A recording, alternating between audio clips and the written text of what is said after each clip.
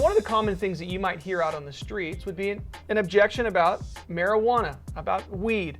And you'll hear it, pretty commonly from individuals that are maybe seriously asking the question or just wanting to throw you off.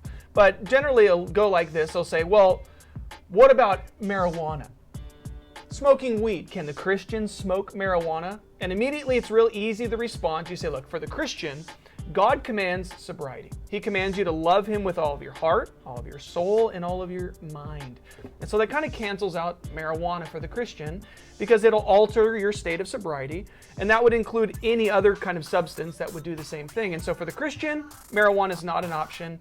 It would actually be counterintuitive. It would work against you serving God, loving God with all of your mind. But there are also some other questions we get on the street from people, kind of like these these rebuttals, if you will, and they'll say, oh, what about for medicinal purposes, man? Like, I got pain in my back, dude, and it really helps me. The med card. I mean, we hear it quite a bit. Now, you need to consider two things, your PMs, whenever you're talking about medicinal marijuana. Your PMs, prescription and motive, right? These are the two questions you need to bring up. Well, let me ask you about your PMs here. What is the prescription and what is the motive? Now, my aunt, case in point, she died of pancreatic cancer. They did prescribe her THC, which exists in the marijuana plant. It worked for about a week, and then her appetite completely disappeared and she ended up passing away. But she had a legitimate illness with the right prescription. Her motive was, I'm gonna take it to help, and it was right, and it was actually something that worked. So if prescription and motive are right, I would say that the medical properties in marijuana could potentially help and be of assistance. But if prescription and motive are wrong, well then that's like taking cough syrup. That's like, I don't know, any other type of drug that you might take for the motive of altering my state of sobriety. So I'd say it's wrong, it's a sin in that case.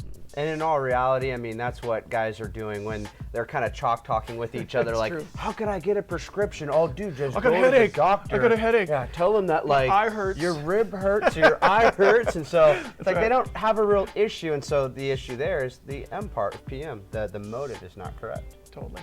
And even one last objection you might get on the street would be, well, God made weed, so is that therefore okay to smoke it? Another way you could look at that, though, is okay. You want to try to say God made weed is marijuana, so that's a weed, yeah? Like, oh, yeah, okay. Well, wasn't weeds part of the curse?